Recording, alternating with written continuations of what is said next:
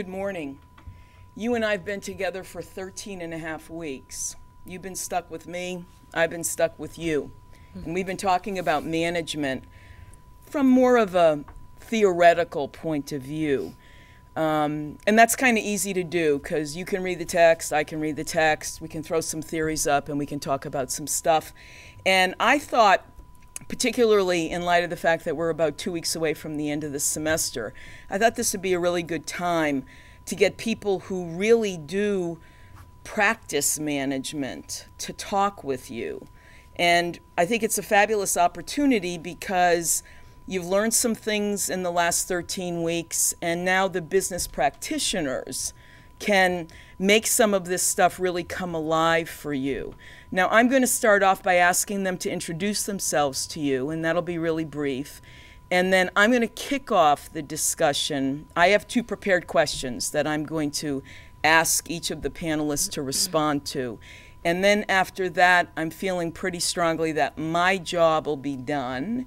And then I'm going to look for all of you who are oftentimes very curious and inquisitive to ask them anything you want to ask them about their positions, what they do, about how they manage. So I want to make this 2 ways. I mean, this is an incredibly sterile environment. It's not like we're in the classroom where, you know, you guys are slouched back in the chair and I'm kind of hanging over my chair. So we got to get over the formality of it, and, you know, I'm really hoping you can take full advantage, because this is a great opportunity to be able to hear from people who really do this day in and day out. So that's kind of the level set.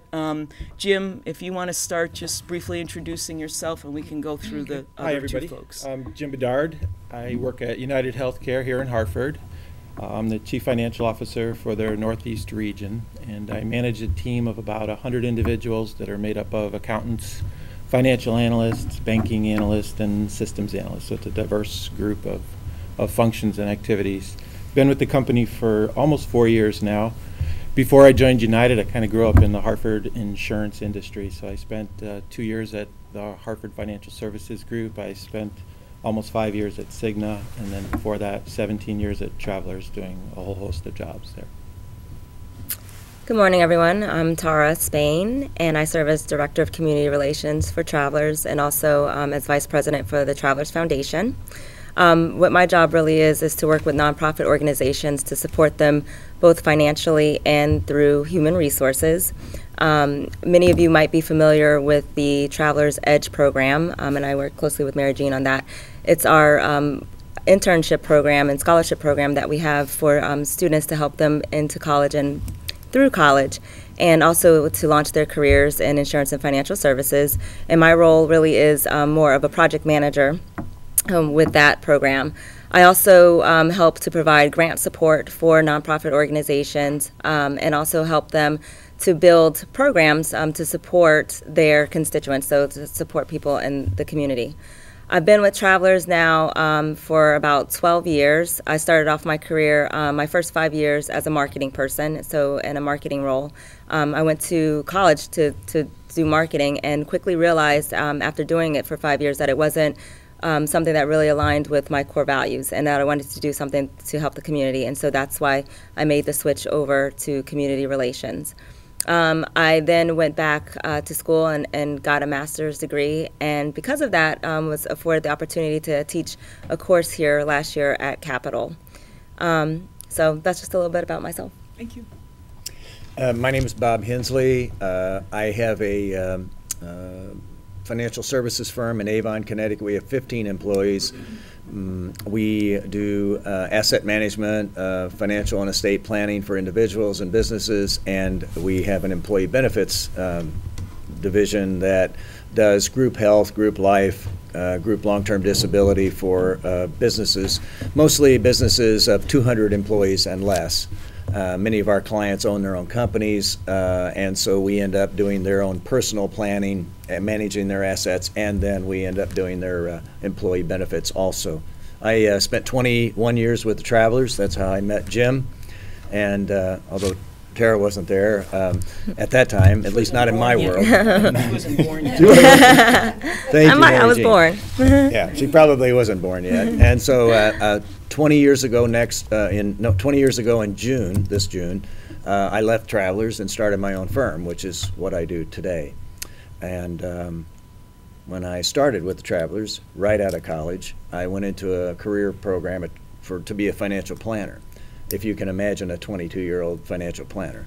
But that's how I started, and that's really what I pretty much have been doing, or managing those kinds of people for almost over 40 years. So. Thank you. So we have really a different set of experiences. The common thread, obviously, is they're in the insurance and financial services industry. Jim's still in the corporate setting, and Tara's in the corporate setting, but she's more of a staff manager, and then Bob was in the corporate setting but owns his own business. So hopefully, there's a really broad perspective here that we can really take advantage of. So the first question, again, I only have 2 questions. I'm going to ask each of them to answer it from their point of view. I have no idea where they're going to go with the answers. We haven't rehearsed anything, so they could look at me and say, that's the dumbest question I ever heard. So we'll see how it goes. But the first question, because I've made the assumption, call me crazy, that you guys manage effectively, and that does scare me when I look at you, Jim, in particular. But anyway, can you identify your #1 best practice which helps you to be an effective line or staff manager, and can you explain how it helps you to be successful? Sure. I don't know that I can pick one best practice, because I think, even as I look at the list that you've prepared, depending on the situation, you change your style, you change your best practice, you look at the team you have. But I guess when I think about it over my career and managing and building high-performing teams, the one that stands out the most is the delegation piece of it. And I think early on in my career, I worked for an individual who really taught me to keep work off his desk, that a valued employee is somebody that can actually take work off rather than put work on. And he delegated a lot. He stretched his employees. So that's something that I try to do. I think the more you can delegate, the more you can build a team to really stretch their roles, and their management perspective is a huge value. So that's one. I think coupled with that is when you're building a really strong team, I really believe in you surround yourself with really good people. And it's okay to have them smarter than you, and hopefully they don't think like you, so that you can get real diverse thought when you're trying to tackle business problems. I guess it's my turn. I'm going to say everything that he said and a little bit more. I want to point out that I work in a very unique situation because I work for a very small department. My department is only 7 people. And 3 of those are in St. Paul, Minnesota, and 4 are here in Hartford. And I don't have any direct reports, so I think you said you're managing like 100 people. I have not one person that directly reports to me. I have an intern that provides support, and then a part-time consultant. So delegation for me is extremely important, so that's why I want to piggyback a little bit off of what Jim said. The other thing, though, for me, that I think is a best practice is trying to be in a position where I'm able to offer open feedback and creating a feedback loop. And again, because I'm in a situation where no one reports to me, I often find myself in situations where I have to manage up. And so what that means really is making the people above me comfortable, and then also managing outward, so managing people that are, excuse me, more my peers. And what that requires is what I'm going to call influencing without direct authority. And that's something that takes a lot of skill to do. There have been often situations that I've been in that I've had to influence people that I couldn't directly say to them, you have to do this because I'm your boss. And I can give you an example of that. And everything in this room is confidential, right? Of course. There was a situation that I was recently in where I'm on an advisory board for a high school in the city. And I serve on that with an executive person at Travelers. He's really a higher up. The advisory board wasn't functioning, I would say, the most effectively, or wasn't functioning as efficiently as it could have. And I didn't say anything for a long time, and because of that, I think that the advisory board and the school suffered a little bit. So finally, with the help of someone in this room, we had a discussion, and it was something has to be done, something has to be said. And it was like, okay, that's a weird situation for me because here I am, I don't have any direct authority over this executive, and I have to basically go to him and say to him, something has to change, or I don't want to say you suck, but, something has to change. So what I did was I laid out very careful talking points and went to him and said, these are some of the things I noticed. How can I help you? And he was relieved and very thankful for the feedback. And because of that, the advisory board now has a functioning framework to work from. So to sum this all up, I think it's really important to be able to provide open feedback, but also to remember the context of what you're in. And if you're in a situation where you don't necessarily have authority, it can be a little uncomfortable. But to remember that people appreciate often, especially if you message things right, open and honest feedback. Well, what they said. I think one of the things that is, I want to just piggyback, I hadn't planned to do this, but because Tara mentioned it, I think it's important. I happen to be on the Board of Selectmen, which is like a town council in our community. And one of the things that I've discovered over the last 4 years is that because I've always had pretty much control of the situation I was in, I managed people or I could direct them. In a setting like that politically, you don't control these people at all. And so in order to get something done, you very much have to involve people and get their input and have it be a project that you're working on that everybody feels that they were a part of. It wasn't your idea, it was their idea, you just helped them get there. So I think that's very important. I want to just take a little bit different track, and I had my father said something to me a long, long time ago when I was a young man, and when I was in high school or something, and it was probably some sport I was trying to try out for, and he said, anything the mind can conceive and believe can be achieved. I don't care who you are. And I've lived by that for a long, long time. So I guess the one thing that I would want you to know and understand, because of the class you're in and because of the futures that you might have, is that anything that you can conceive and believe in can be achieved. I also had a manager, somebody that was managing me at one time back in the Midwest when I first started with the Travelers, and I was complaining about all the things I had to do. I think I was the manager of the St. Louis office at the time, and I was calling this guy, and I was upset about something that had happened, and he was trying to calm me down. He says, you know what the definition of management is, don't you? And I said, well, no, what do you mean? He says, the definition of management is one thing after another. So I never, that's inked into my head, and it truly is, whether you own your own business or whether you're managing a unit or you're operating on your own, every single day is a different day, every single minute and every single hour, every single phone call presents you with a different alternative.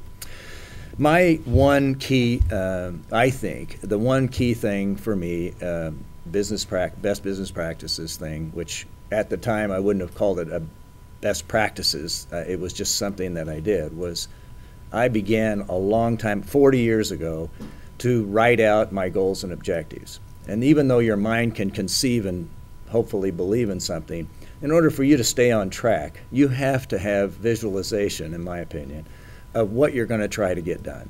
And even in our firm, 15 employees, since I started, and it was only me when I started, I had business plans that were specific and detailed with specific action items and with specific timetables and who was going to accomplish those goals. So as you set out in your business careers, or if I were trying to advise somebody, I would say, you must have action plans that back up your goals and objectives. They cannot be something that you just say, hey, this is what we're going to do. It has to be specific, it has to be written down, and you have to check back on it all the time. And I would tell you that yesterday at noon, over wraps and potato chips and cupcakes, and we had we shut down for 2 hours every quarter, and we went from noon to almost 2 o'clock yesterday going over our business plan, where we were financially in the company, how we were doing versus last year, how we were doing on specific action plans that each of the 3 areas had to report on. And you know what it does? It just brings everybody, it brings the energy level and a little bit of tension up a little bit, because everybody knows there's a kind of a report that has to be given to everybody. And everybody wants, of course, their report to be good, not bad.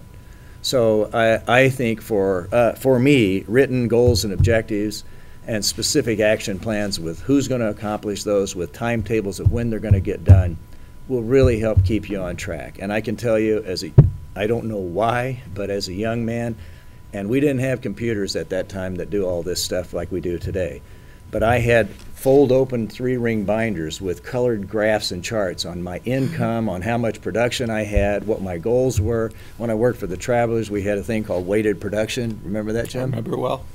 I'd open up my folders in St. Louis, and I'd see what each unit was doing and how much weighted production we'd done and how much further we had to go and what my income goals and objectives were for that year. So that would be my my best practice. Okay, your turn. Now, they weren't bad. Yeah, didn't you think they answered the questions kind of interestingly? I'm curious, do any of you have any questions for them based on what they said, or do you want even asking them to take the point in a different direction? What do you think? Come on. Thank you, Kiara. You're really on point today. Go ahead. I forgot her name, but Tara. Tara, yeah. I wanted to ask, what happened with marketing? Like, why did you change? That's a really good question. So I still have a passion for marketing. I love it. It's the creative side of me, and it allows that to come out. However, I think what killed it might have been trying to make marketing sexy in insurance. And that's just being honest. But just to kind of give you a little bit of background, I'm not from Connecticut. I moved here from Virginia after graduating from college. And so one of the things that was important to me was to learn about the community, and that's a good way to kind of build networks and ties. And so I volunteered a lot. And through that process, I really recognized that my passion was more toward doing stuff with the community and helping others, and I wasn't getting that in the job that I was doing. Although I enjoy marketing a lot. So it was more of like an internal calling that led me down this path, and I followed that, and I have no regrets. So you didn't get your degree in marketing? I got my undergrad degree in marketing, yes. Okay. But when I went back for my master's, no, I got it in public policy. Jim, from your past, what experience best prepared you for your current position? I think that's a difficult question for me, because I think I managed my career kind of like tumbleweed. You just kind of blow around and go to areas that interest you. So if you think of my background, I spent a lot of time in finance, so that's probably where my love is. But to do finance really well, you have to see other sides of the business and actually operate in there. So I can't tell a manager in a claim office out in Peoria how many people they need unless I've actually been out there, saw the work that they do, figure out the activities, to then create a model to help them support their business. So in finance, you deal with a lot of numbers, but if you don't really know the story behind those numbers, and again, it goes back to a gentleman that some of us may know that I worked for early on, who when I first went to work for him, he gave me a foot of business plans, and he says, I need a budget, and I need that budget prepared by Friday, and this was like Monday. And I just got there, and he says, and you're going to be presenting it to the senior staff. So I'm going through all these numbers, and I put together all these great charts and graphs, and I go in to show him, and he actually picked up an eraser and just threw it at me. And he's like, this isn't going to work. It's like, and he said, I need a story to go with the numbers, so I don't ever want to see any numbers that don't have a story, and I don't want to ever hear a story that isn't supported by a set of numbers. And that really resonated with me, that it's not just about the math, it's about the business planning that goes behind the numbers and what influences the numbers. So I spent a fair amount of time, I worked in IT for a while.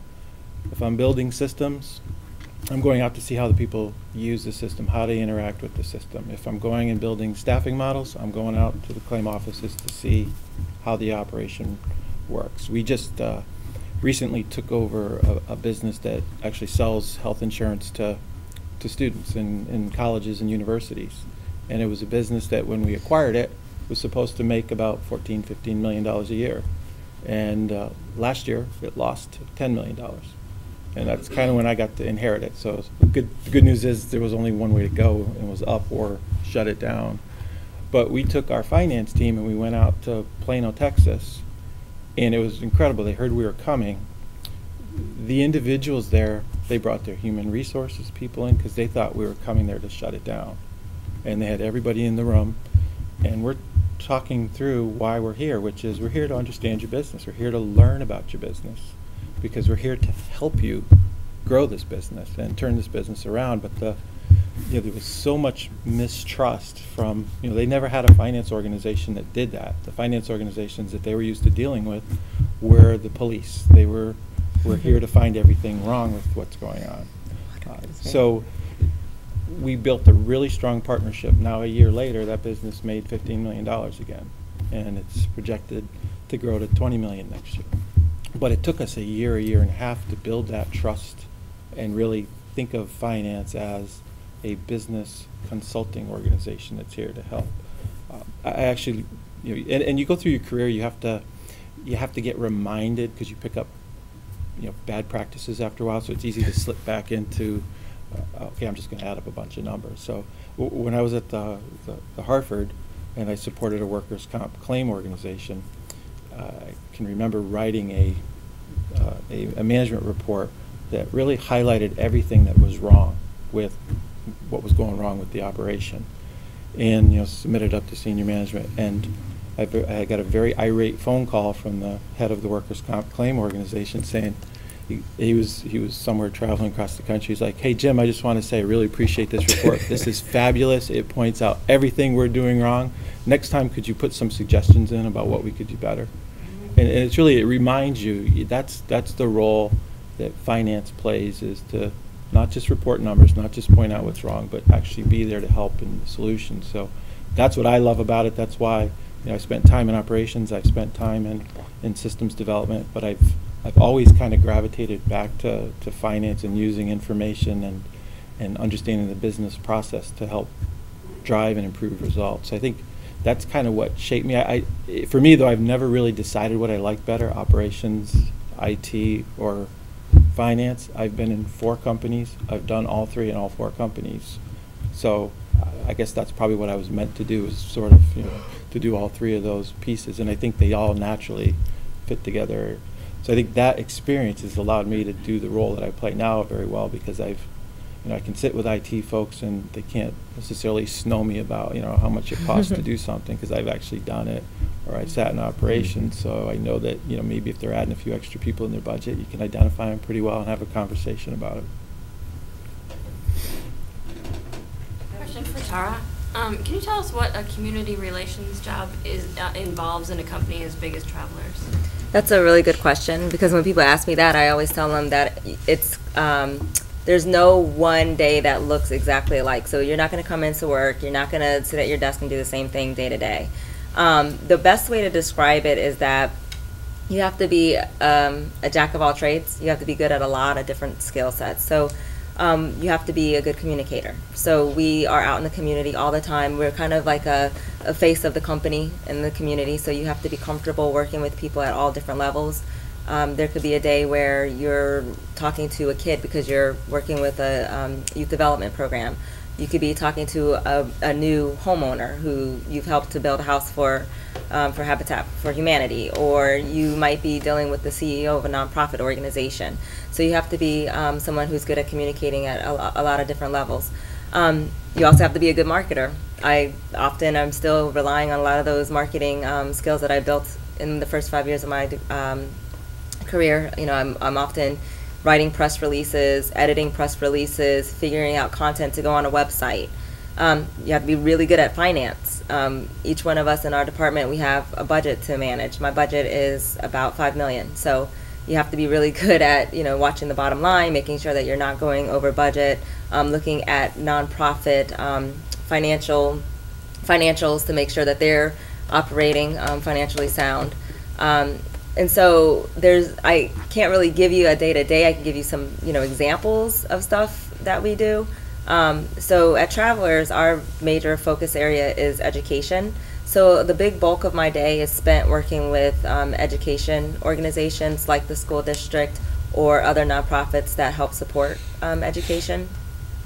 So, did that answer your question? I think so. I was kind of trying to figure out exactly like what your job does for Travelers.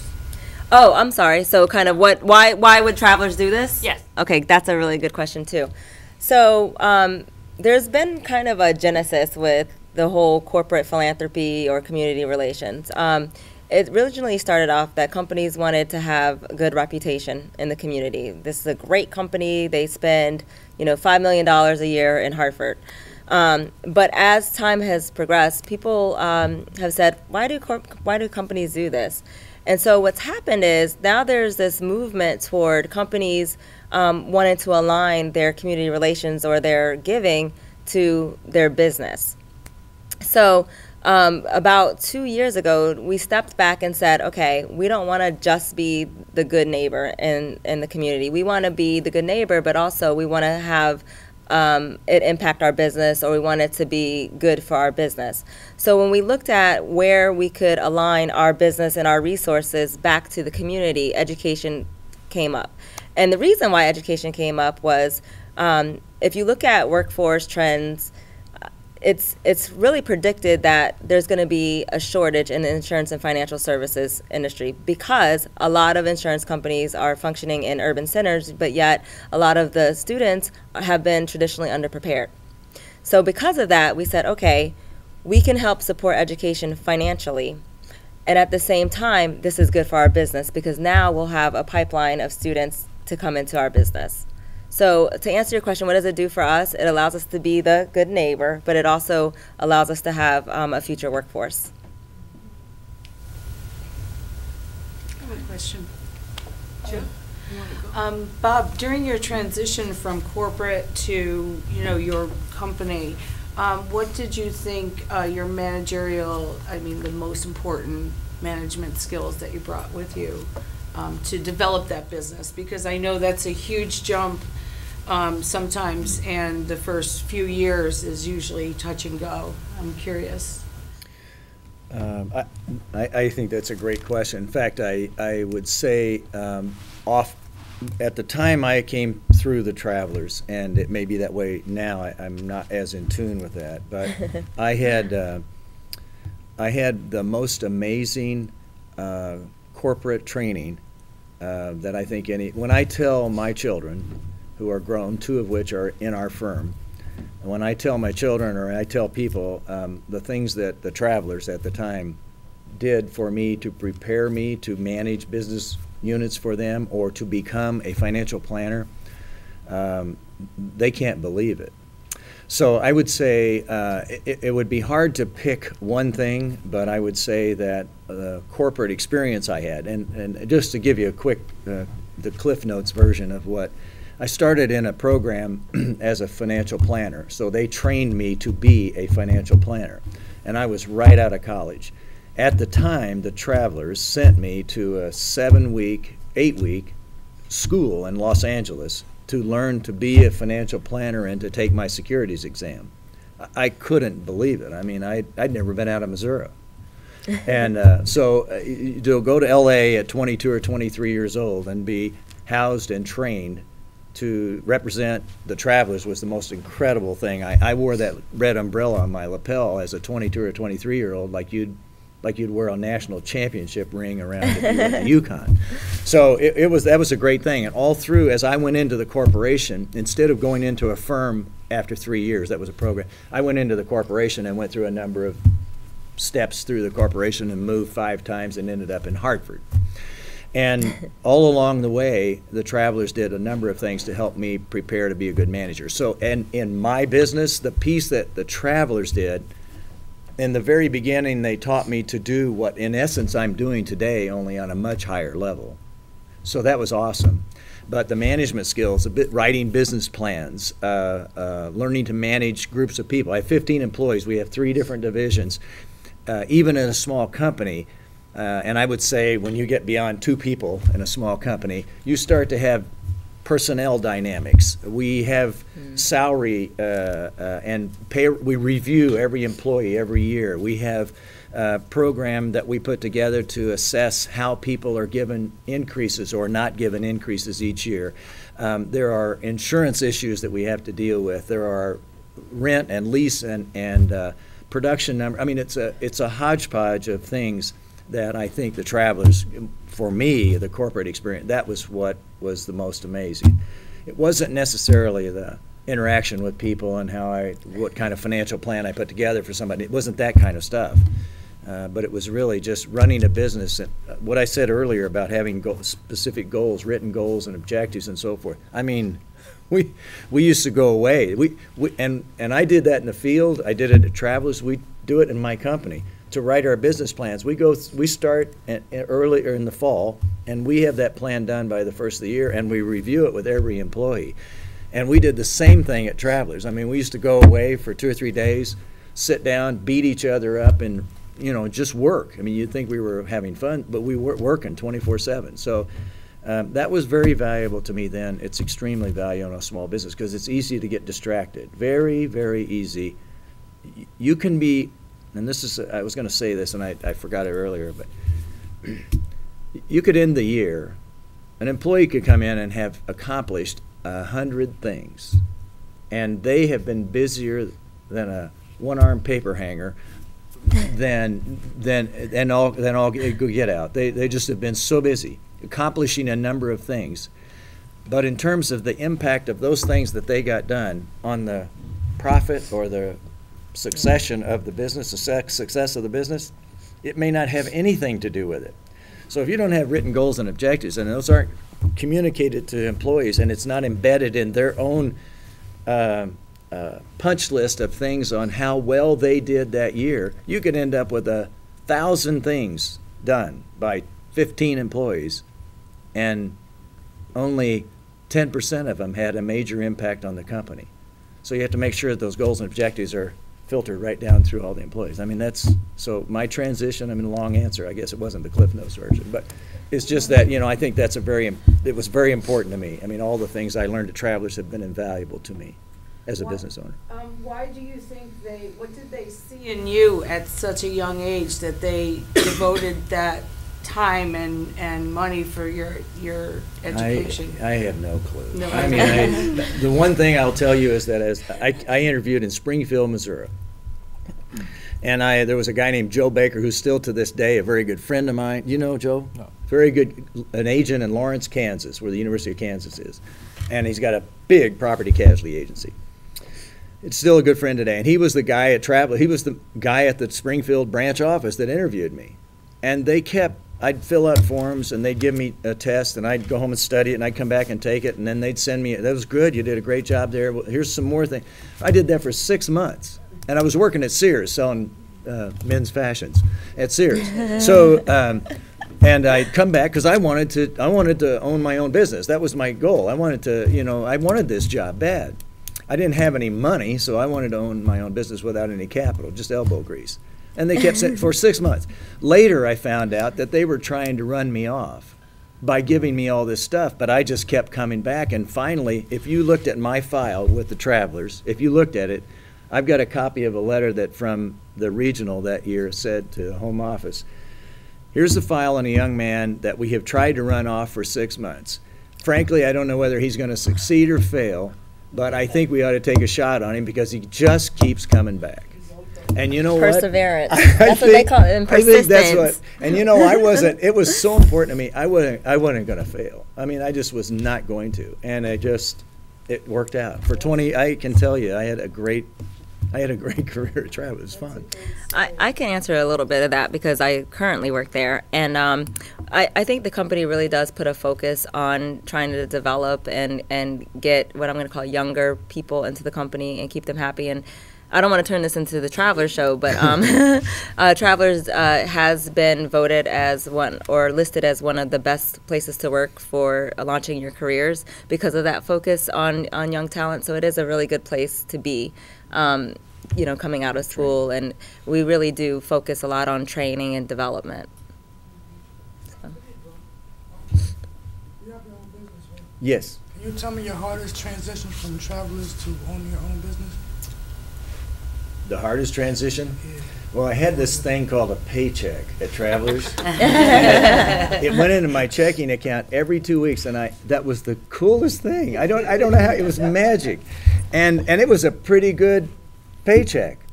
And so when I left the Travelers, it didn't happen anymore. I don't know what the heck happened. So the biggest, but you know, for me, I had a good business plan that I worked on for a long time, I told you, a long time before I left. And I knew I had 3 years. I had enough money to last my family, wife and 4 children, for 3 years. And at the end of 3 years, if I wasn't making enough money, I was going to be in big trouble. So my biggest transition was to make sure that I didn't waste any time. And I can tell you right now that I had appointment, and Mary Jean knows because I was in her face many times, but I worked from sunup till sundown, and there were many times I'd call on the way back from an appointment at 8:30 at night to tell my wife that I was alive and I was on my way home, and she'd say, I just put the kids to bed, do you want me to leave you some dinner? Yeah, that'd be great. And I'd go home and do paperwork to get ready for the next day because I had appointments the next day. But I knew I had to do that. So for me, the biggest wasn't knowing what I wanted to do. I knew what I wanted to do. It was just making sure that I didn't waste any time, you know, in transition. And it worked out. It was great. It's been awesome. So hard work though in the beginning. Very, very hard. Hard now, but very hard then. Yeah. Earlier in the semester, we had a group project, and I was the leader of our group, and it was only 4 people. But I realized how difficult it is to even manage 4 people. And I was wondering what motivates you to want to be a manager, because it's not easy. And give me any advice to... He's the one that managed 100 people, so And how do you there's do days that? where I wish I was an individual contributor, you know, no question about it. But for me, it's, I think over your career, you're constantly kind of managing up, and somewhere along the way, you kind of look behind and say, wow, I haven't developed anybody to actually step into my shoes. And really, you know, as management students, you're taught how to manage people. In finance, we probably skip those courses quite a bit and, you know, don't pay a lot of attention to that. So for me, it's about building talent, building a really strong bench, and really having, you know, kind of seeding that talent across the organization. So I don't look for my finance team to stay in finance. I'm actually thrilled when I can move them in other areas of the business. So that's what motivates me, is to actually kind of, I come in every day trying to get a team of people who could take my job, because then I can go do something that I really want to do someday, as opposed to, you know, working in corporate America for 20 plus years. So that's what motivates me. And really, I'm always thrilled when I can see somebody who you've seen grow and develop and stretch, and now have become, you know, one of the leaders in the business. And whether, you know, for me, it's even, I'm even thrilled sometimes when they join Travelers or they join another firm, because it's a good decision for them. And I've benefited by moving around from various corporations as well. So I don't discourage them to do that if it fits their personal need as well as their career objectives. But I'd say it's staff development is probably the biggest motivation. I'm going to say a little something to that too, because I think you realize that all teams have dysfunction. And I wish I could tell you that it's not true, but it's true. All teams have dysfunction, and there are always going to be people on a team, unfortunately, who don't pull their weight. The thing about it is that, and a very helpful tool, I think, for managers is realizing that there are different personalities, and everybody on a team is not going to be motivated by the same things, and everybody's personality is not necessarily going to mesh. I think the job of the manager, though, is to recognize that and to kind of figure out different ways to motivate people on your team and to ground people in goals. I think that also goes back to what you've been talking about a lot, which is making sure that as a team that you have a common goal, common vision, and accountability. So I wish I could tell you that in the corporate world that when you become a manager, everybody's going to, ride off into the sunset and sing Kumbaya, but it's not going to happen. So. It's interesting too. I think management in corporate America is changing quite a bit. It's important for everybody to get outside of their own little sandbox. When I joined United Healthcare, I was in Minnesota. We were sitting with all the business leaders, and here's the head of the company telling the business leaders it is okay to talk to each other, because they created such silos, and they were actually competing internally across the business areas rather than competing with Aetna and Cigna and our competitors in the marketplace. And it was unbelievably disruptive. And you could even read analyst reports that said, wow, when United actually figures out how to harness all their power, they're going to be a very formidable player in the healthcare space. But right now they're just very dysfunctional. And we've actually hired consultants to come in to work on a culture that is more collaborative.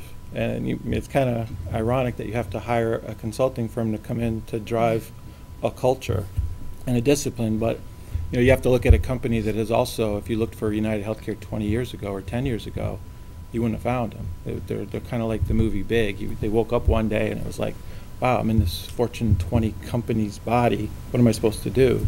And all these individual businesses that have been acquired through thousands of acquisitions over a 5 or 10 year period with their own different cultures now had to mesh to kind of drive a common goal. So you really see a company start to evolve when that happens. And actually, if you look at some of the history of United over the last 2 or 3 years, the way they've rallied around a business mission and really communicated all the way down. It's kind of like what Bob says about business planning for a small business versus it's the same discipline for a large corporation. When you can get all of those pieces moving in the same direction, it's incredible the power you can bring. So, that communication all the way down and consistent communication all the way down the line is really, really effective.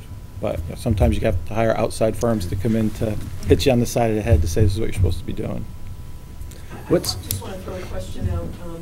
Since these students are in their pursuit of their associates, and many of them for their undergraduate degrees, what advice could you give them? You guys have all hired people or been involved in that process. What are you looking for when an applicant shows up in your office?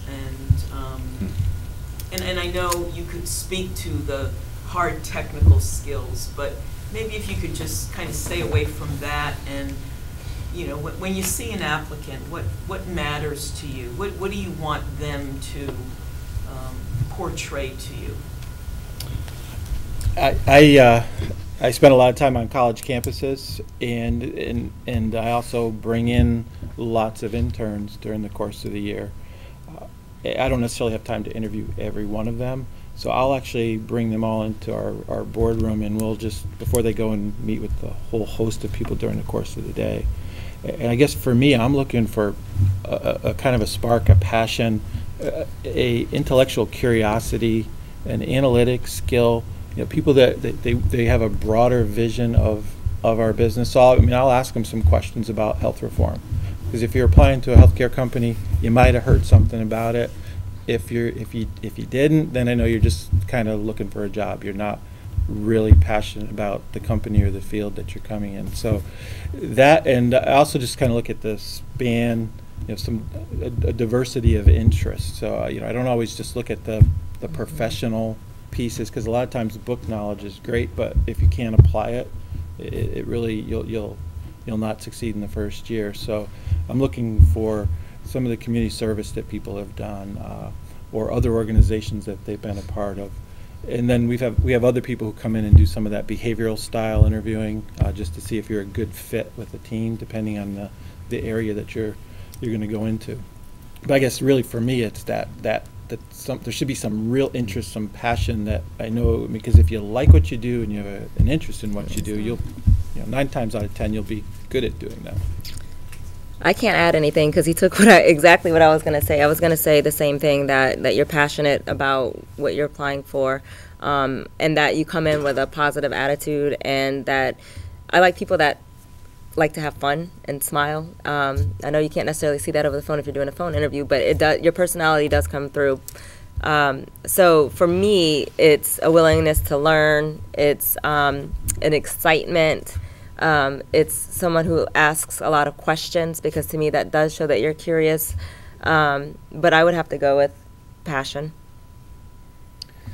In a long time ago, I say a long time ago because I clearly am the oldest person here, but I started when I was hiring and training people to do what I did as a financial planner. I ran units of people. I hired young people and older people, but new to the business, and taught them and trained them. I learned something that I don't know whether it was my father that said it or somewhere I learned that I hired people based on what we called at the time the chicken dinner test.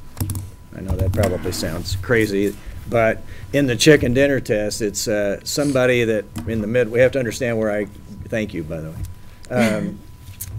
Where I grew up in Missouri, it would be somebody that you'd be willing to get up in the morning on Sunday morning, go to church with, come home, have chicken dinner, and sit around and watch a football game all day long without going, God, I wish they'd leave.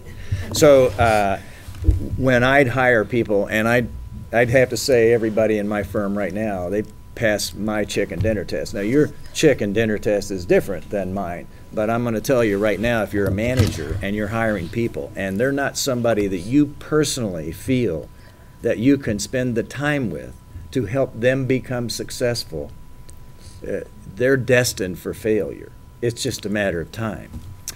I would also say that the consistent, the one thing that I look for, always have, even now, and now more than ever, because I don't have, in a smaller company, we're a big company where you have thousands and thousands of employees. I suppose on a kind of a macro sense, people get lost. In a small company, if somebody's out, if I have 2 people out, 15 to 20% of my workforce is gone. That would be like Travelers probably losing 6,000 people one year or something.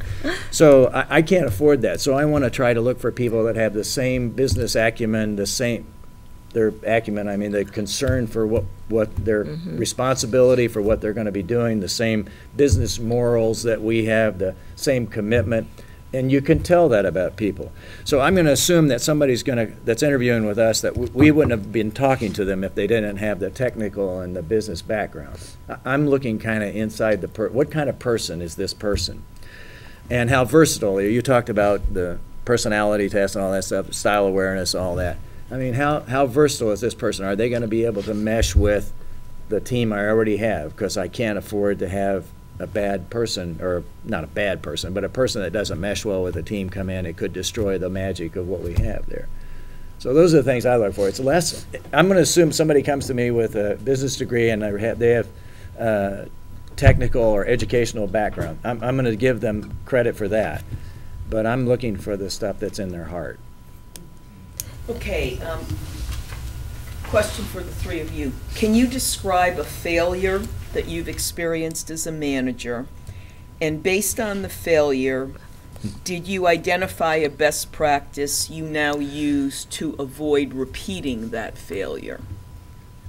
Does that make sense? Yes. Okay. I'm just trying to figure out which failure. That's we're all kind of. You mean today's failure, or right? Yesterday's failure. I'll start off and just say that the word failure is quite interesting, because I like to call it more a learning opportunity. And a key thing to remember is that we're all up here with different levels of experience, but we don't have it all figured out. I think we're learning every day, just like you guys are learning every day.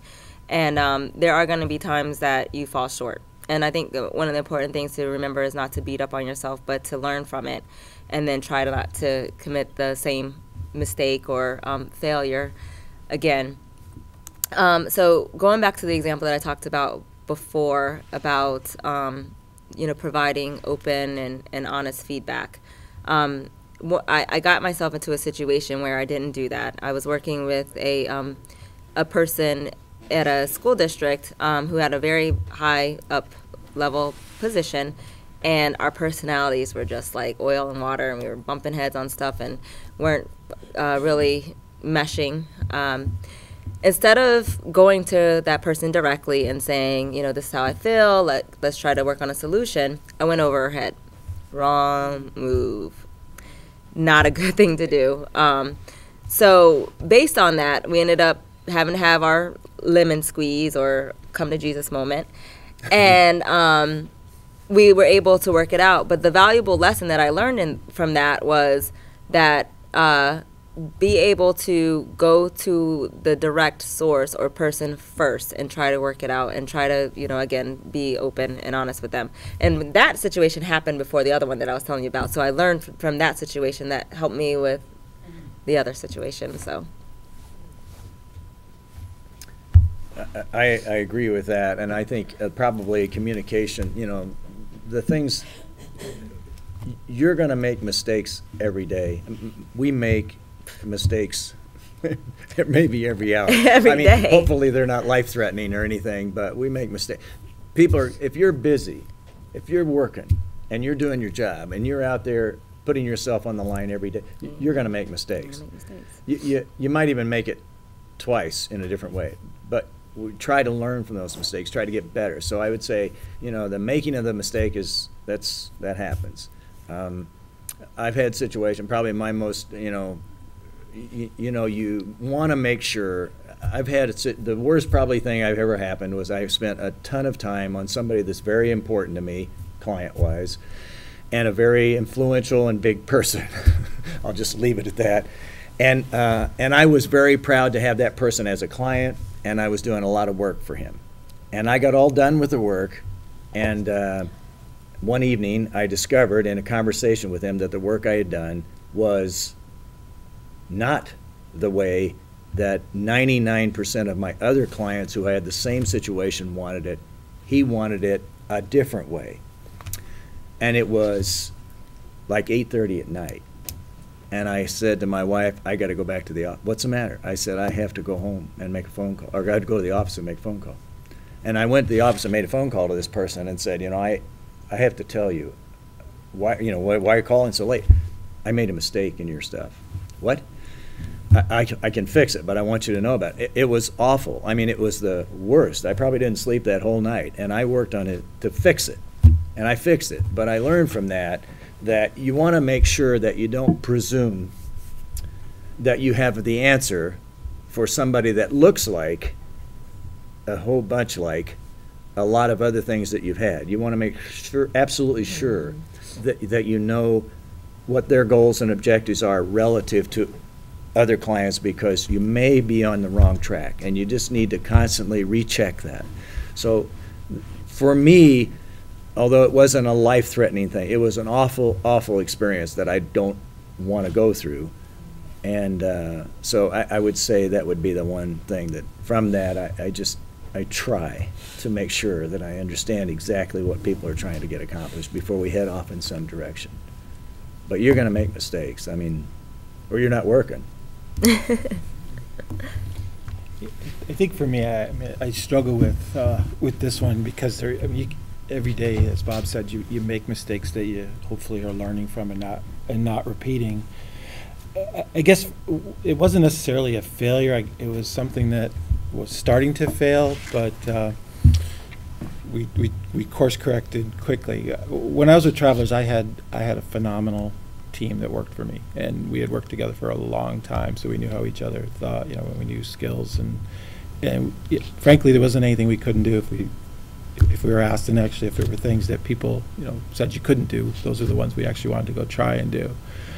Then I switched over and I started working at Cigna, so I had a new team, but yet my management style didn't change, and it really needed to, because this was a different team. Even though if you looked at the resume and the skill set, you'd say, they're probably just as good. And I had one gentleman who worked for me who I had put in charge of a project that was pretty high profile and was on a very accelerated path for delivery. It was a business planning application. And for whatever reason, we just couldn't get on the same page. And it was uncomfortable for me, it was uncomfortable for him. We were going back and forth, we couldn't figure it out. And then one day did you call it lemon squeeze? Yes. Comes to Jesus.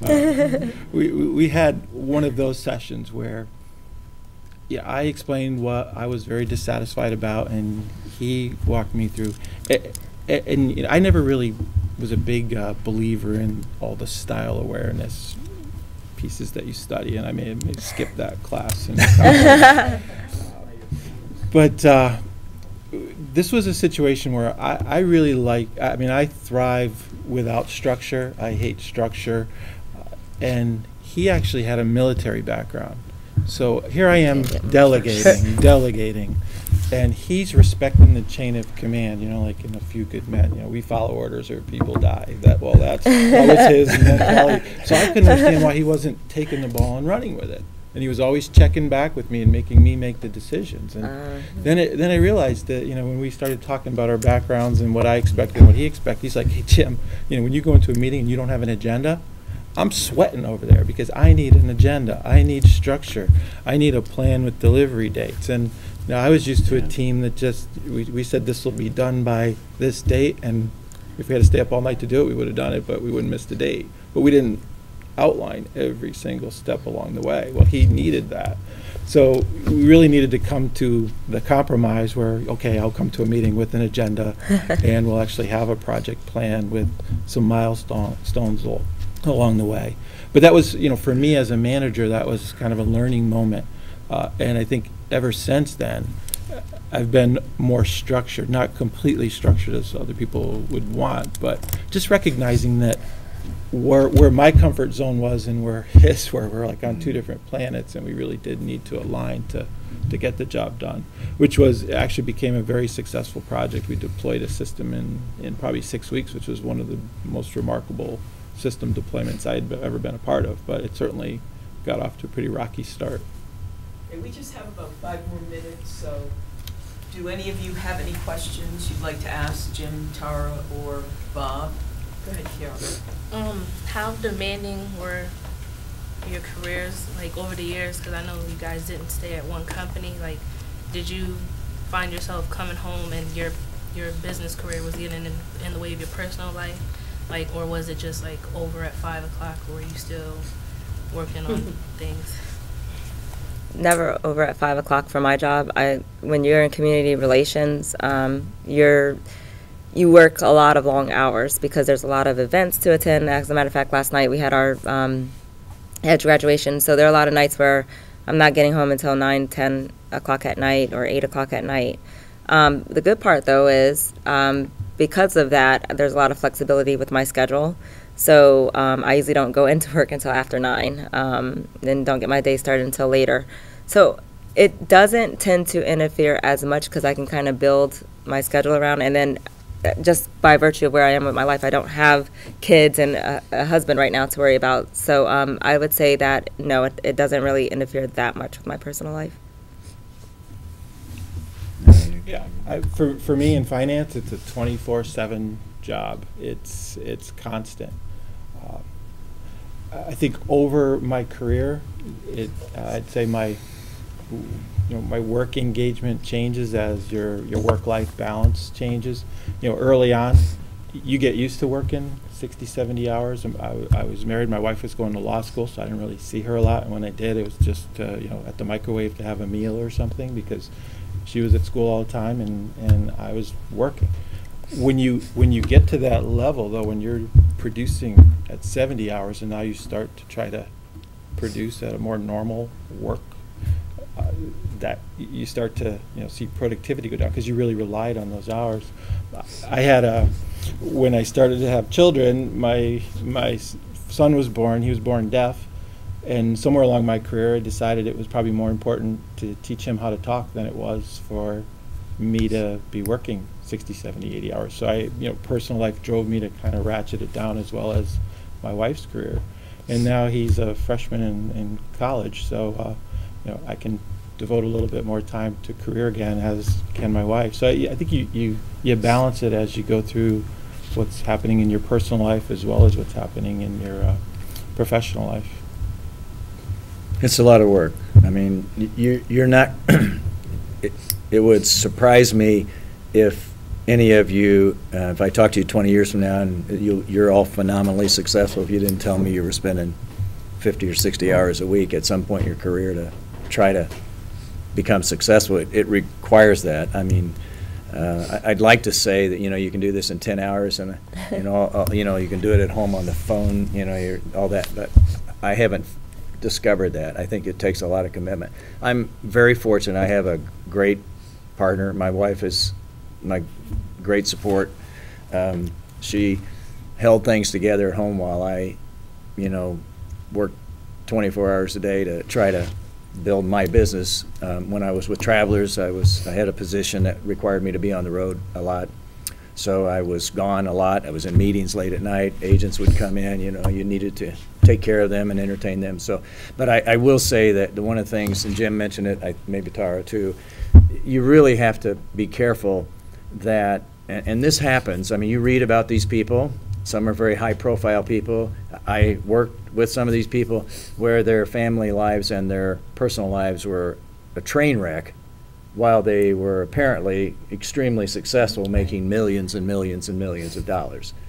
And I don't know, I never talked to those folks. I mean, like, the ones that you read about in the paper, I didn't personally talk to them, but I can't imagine that they're, like, in their heart really happy. So you have to be very careful that even though you're going to work a lot hard, that you're balancing out with your family or in your personal life. You have to take time to physically take care of yourself, to mentally take care of yourself. If you have a spiritual life, if that's important to you, that's in balance. Those things all have to be taken care of. You can't just leave one of them. And, it has to be. You have to do things in balance. And sometimes, you do have to work a little harder. And there is a period of your life that's going to be required. But you need to still try to keep those things in balance, because it's very important to the long run. It's not a sprint. It's not a 100-yard dash. It's a marathon, life. So you want to be 63 and financially pretty set and have a nice business, and you want to feel good about the 41 years that you spent. And you may have some things that you changed, but you say, overall, I'm pretty happy, and that you kept things in balance. So I can't answer it that's the only way I can say it. And I think about that balance not only for yourself personally, but as a manager, look for those symptoms of your team where, as managers, we cast big shadows and people follow our lead. I can recall being online one night, checking some emails, getting some work done. It was 11 o'clock at night, and somebody instant messaged me on my staff, and I was like, for my first reaction, wow, that's cool, look at working hard. And I was like, oh wait, that's bad. He's probably, why, he's got a young child at home, why is he at work at 11 o'clock? So you got to identify that for your team as well. I mean, part of why I like to develop and have a really strong team is so it allows me some time to have flexibility to do other things. But definitely identify that for your staff, those areas, allow them to have the right balance. Flexibility of work schedules sometimes is important. The ability to take off and go see a kid's play or a sporting event or something is very important. I mean, I can remember when I first joined United, it was every Saturday there was a Saturday morning breakfast that you were required to be at. The CEO of our business here has young kids and he likes to coach soccer. I was coaching fall baseball. We were doing conference calls from 2 different sports fields with Minnesota. But, you got to balance it. And obviously, if I chose to be at work and miss the sporting event, I'd have some, animosity toward my company, and it just doesn't create a healthy work environment. So I think as managers, you got to kind of foster that kind of creativity of allowing people to still, keep that balance in their life, because otherwise you'll burn your employees out pretty quick. So we talk about task relationship oriented and task oriented management staff. Which one you guys will consider? Because you say, you have a conference call and you have a game with your son and the CEO and the other people. which, you know, what is your management style? I guess my management style isn't necessarily task-oriented. I'd like to get the job done, and we all kind of stack hands and rally around what the objectives are. But I guess mine is probably more participative type of style. So even in situations like that where we know there's this meeting, it might be that the CEO will say, hey, I've got some flexibility, I'll cover for you, or I'll cover for him. And actually that's worked really well here in Hartford with the management team that we have, where if there's something going on and we have conflicts, it's kind of like drawing straws, or you'll cover for that. We don't both need to be there. We don't have to have everybody there. That's right. So it's really, you got to work it out and problem solve it, as opposed to just all hands on deck. I tend to be more, I think, task-oriented, but at the same time, I do adapt my style depending on what needs to be done. I'm also someone, even though I like to make sure that things are done and that tasks are completed, I'm also someone who doesn't like a lot of structure either. So I really don't care if the people that I'm working with, or my intern or whoever, I don't care, if she's not at her desk, at 8 o'clock in the morning and that she leaves, at 5. I'm more interested in, is the job done? So I guess that's the Gemini in me. I can go either way, where, I want the task done, but at the same time, I allow flexibility. And if you want to do it at home, work from your computer at home, or however you want to get it done, I'm okay with it.